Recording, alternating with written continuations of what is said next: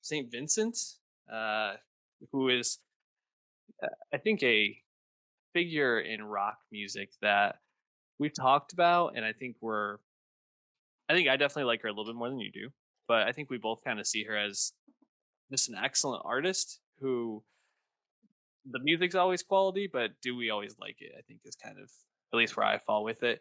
Most of the time I do, but I think this is an interesting project because um, St. Vincent is ever changing, and she continues to change on Daddy's Home. And Dave, did you like the direction that St. Vincent went on this album? I definitely didn't dig it as much as I liked Mass Seduction from Mhm. 2017. And I think that's very easy to explain because, as you said, she likes to develop and dive into whole new personas and branding for each album cycle. And that is often followed by different sounds and genres and stuff. Mhm. And in this case, it's very like mid 1970s aesthetics. Yeah. But it's not like she's like super like jamming out on the guitar, you know?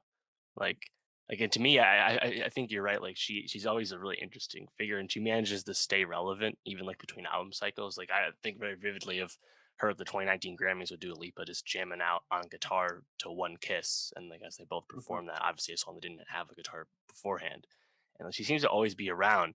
And in this case, there's obviously like a message going on here. That the title track is or the title of the album is very intentional to her personal life, Mhm. but I think just at the end of the day, like the sounds is just not my favorite stuff. So like in Matt Seduction too, like there were some really songs I really enjoyed on that, like Pills, for example. I felt like really accessible music. And in this case, it's just, it's slower stuff, and yet the really I think get absorbed in the songwriting to appreciate it more than anything. Yeah. So we record on Mondays usually, which gives you 3 or 4 days to listen to an album.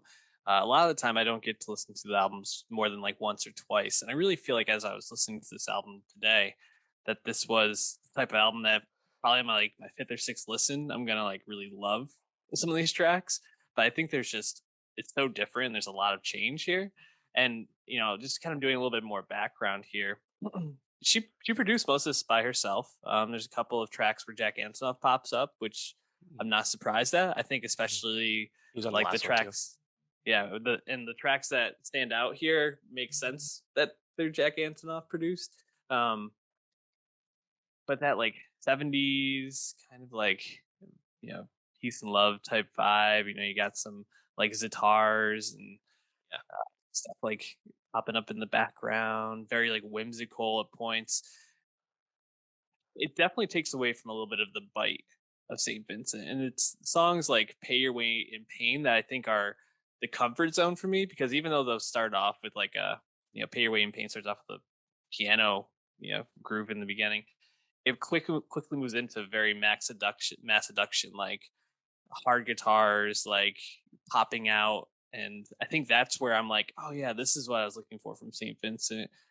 But as I was listening to the rest of the songs, I was like, oh, these songs are still really, really good and really, really well put together. I just need to give them more time to sit. So it's hard to like sit and be like, I can't make my full review right now because that's not what I'm saying. But I think it's just the type of thing that Annie Clark makes music that grows on you.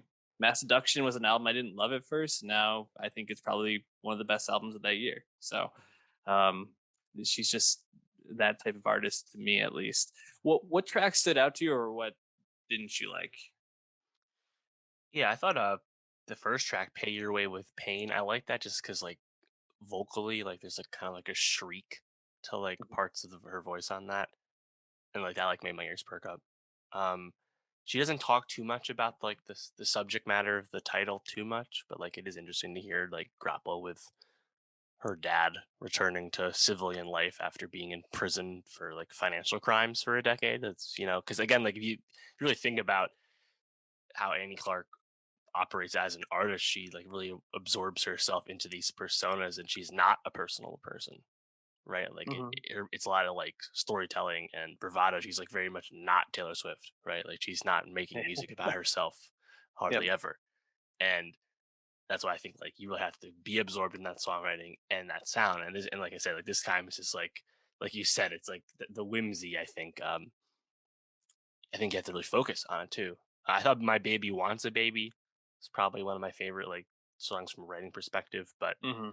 yeah, I think it definitely requires more listens because I was a little taken aback by like how different it was to Mass Seduction, which I shouldn't have been surprised by.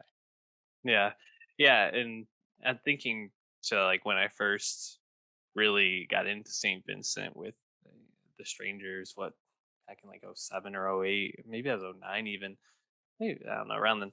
Uh, she's ever evolving, and that album is very like you can hear the DNA, but it's so different from something like this, so different from something like Mass Seduction. She's just never evolving artist, which is great and also challenging in some ways.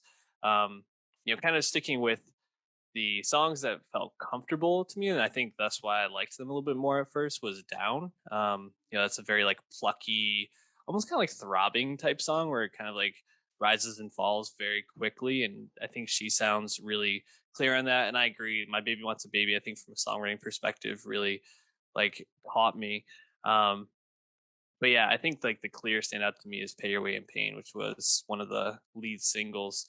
Um, a song like "Living the Dream" is like I think where sometimes the album loses me on the in the first couple of listens, where I'm like, I get she's going for this like whimsical type feel, but it really just like felt like it dragged on a little bit. Hmm.